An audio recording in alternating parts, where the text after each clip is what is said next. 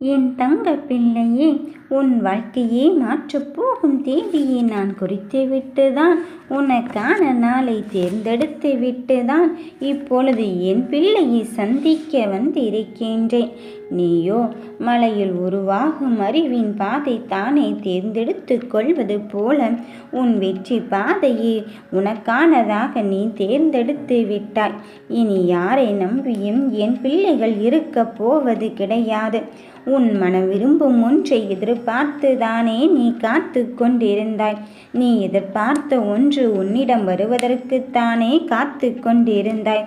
நீ தொலைத்தது தொலைந்ததாகவே இருந்து விடுமோ என்று நீ உன் மனதில் பரிதவிப்போடு காத்து கொண்டிருந்த தருணத்தை எல்லாம் முடித்துவிட்டு உனக்கு வேண்டியதை உன்னை தேடி தானாகத்தான் நான் வரச் செய்ய போகிறேன்.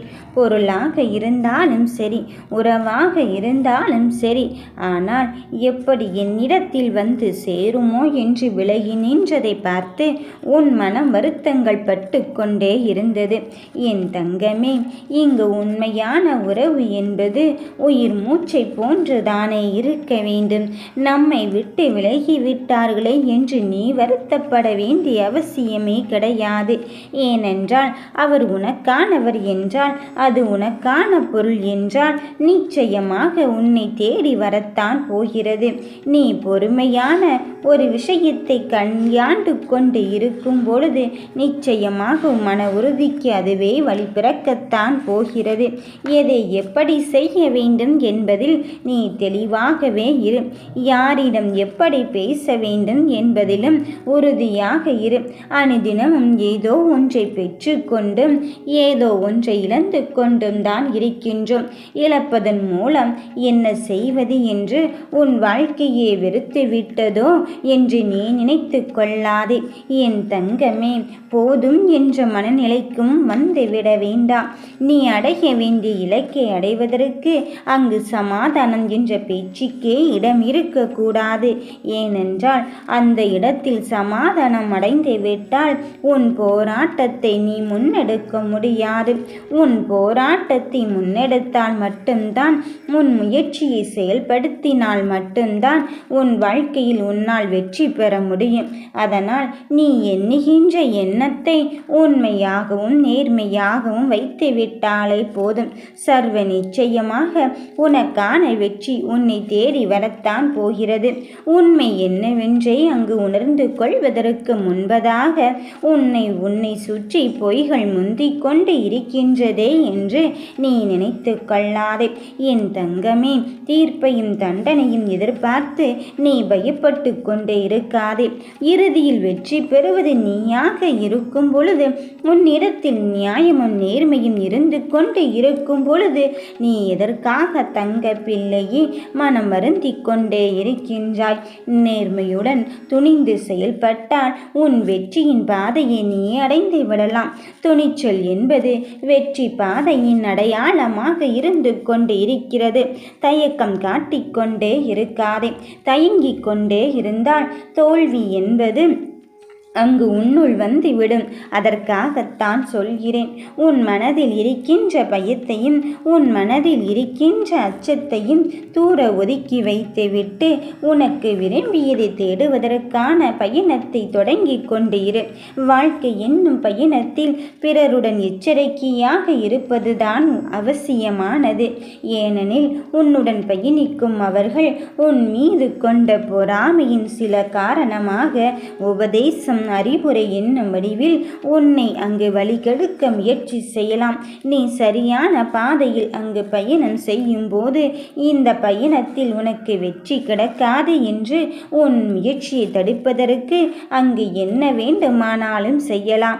அதனால் உனக்கு ஏற்படும் இன்னல்களை நீ பார்த்து பயப்படக்கூடாது. என் தங்கமே, சூழ்ச்சியும் மாயையும் தாண்டி உனக்கான வெற்றியை தருவதற்கு நீ கேட்ட வரத்தை கொடுப்பதற்கு இந்த வாராகி உன்னில் வந்திருக்கும் பொழுது நீ எதையும் சமாளிக்க முடியும் என்ற தன்னம்பிக்கையோடு உனக்கான வெற்றியை நீ தேடிக்கொண்டே இரு. நீ செய்யும் விஷயமும் நீ செய்கின்ற முயற்சியும் அங்கு தெளிவாக இருக்கும் பொழுது எதற்காக பயப்படுகிறாய்? அனைத்தும் உனக்குள் இருக்கின்ற வெற்றியை தீர்மானிப்பதாக வந்து இருக்கும் பொழுது மனம் மருந்தி விடாதே என் தங்கமே. எதை எதிர்நோக்கி என் பிள்ளைகள் காத்து கொண்டு இருந்தார்களோ அந்த பயணத்தில் வெற்றியடைந்து விட்டார்கள். என் உறவான சொந்தம் எனக்கு வர வேண்டும் என்று நீ நினைக்கின்றாய். நிச்சயமாக உன் உறவானவரை நான் உனக்கான வெற்றி பாதைக்கு அழைத்து தான் வரப்போகிறேன். என் கண்ணே, நீ ஒரு பொழுதும் கவலைப்படாதே. உனக்கு துணையாக நான் இருக்கின்றேன். உன் துன்பத்தை விரட்டப் போகிறேன். நீ தேடியது கிடைக்கும் வரை நீ தேடிக்கொண்டே இரு. உன் அருகில் நான் இருக்கும் பொழுது போராடுவதற்கு ஏன் இவ்வளவு கலக்கம் கொள்கிறாய்? உனக்கு அனுபவமும் வெற்றியும் சேர்ந்து கிடைக்கத்தான் போகிறது. நான் சொல்வதை கேட்பாயா? நான் உனக்கு எதை செய்தாலும் அதில் நல்லதொரு காரணம் இருந்து கொண்டுதான் இருக்கும். அதை செய் இதை செய் என்று எப்பொழுதும் கூறியதே கிடையாது. ஆனால் நீ எடுத்துக்கொண்ட முடிவில் தைரியமாக இரு என்று தான் சொல்கிறேன். நீ படும் கஷ்டத்திலிருந்து விலக்கி உன்னை புது வாழ்க்கைக்கு அழைத்து செல்ல இந்த வாராகி வந்தே விட்டேன் என் கண்ணின் மணியே. உனக்கு தேவையானதை நான் கண்டிப்பாக செய்யத்தான் போகிறேன். இனி உனக்கு ஒவ்வொன்றாக நல்லது நடக்கத்தான் போகிறது. என் முன்னால் நீ படும் கஷ்டத்தை நினைத்து மண்டியிட்டு அழும்போது என் மனமும் இங்கு பரிதவித்து கொண்டுதான் இருக்கின்றது. என் கண்ணே, நீ கலங்காதே. உன் கலக்கத்திற்கெல்லாம் இடை கொடுக்க நான் வந்து விட்டேன். நான் உனக்கு சிறிதளவேனும் கொடுத்துள்ள சோதனையே நான் உனக்கு பெரிதளவாக மாற்றிவிட்டேனோ என்று எண்ணாதே. அந்த சிறிதளவேனும் கொடுத்த சோதனையை தாண்டி உன் கருமை வினையை தகர்த்தெறிவதற்குத்தான் இந்த விஷயங்கள் எல்லாம் உன்னை தேடி வந்து கொண்டிருக்கின்றது. உன்னை நல்ல நிலைமைக்கு மாற்றுவதற்குத்தான் இந்த வாராகி தாய் நான் வந்து இருக்கின்றேன். எங்கே என்ன செய்தாலும் இந்த தாய் அறியத்தானே போகிறேன். நீ எந்த ஒரு செயலிலும் வெற்றியடைய வேண்டும் எனில் ஏற்கனவே அந்த செயலில் வெற்றி அடைந்து விட்டதாக கருதிக்கொள். நீ உன்னுடைய எண்ணத்திலிருந்து எப்பொழுதும் பின்வாங்கி விடாதே. உன்னுடைய செயல்பாடும் நடவடிக்கையின் எண்ணங்களும் அதை ஒட்டியே இருந்துவிட்டு போகட்டும். உன் வெற்றி தீர்மானிக்கப்பட்டதாக இருக்கும் போது நீ எதற்காக உன் வாழ்க்கையில் எதையோ நினைத்து வருத்தப்படுகிறாய்? உனக்காக நான், எனக்காக நீ. இது இந்த ஜென்ம பந்தமே கிடையாது, பூர்வ ஜென்ம பந்தம்தான். இதை பிரிப்பதற்கு யார் இருந்தாலும் சரி, அவர்களை எல்லாம் நான் பார்த்து கொள்கிறேன். என் தங்கமே, நீ பேசுவதாக இருந்தாலும் சரி, நடப்பதாக இருந்தாலும் சரி, ஒவ்வொரு கணமும் உன் வராகி உன்னை பற்றி தான் யோசித்து கொண்டே இருக்கின்றேன். என் பிள்ளைகள் மனம் விரும்பியதை எப்படியும் கொடுத்து தானாக வேண்டும் என்று தீர்மானித்து விட்டேன்.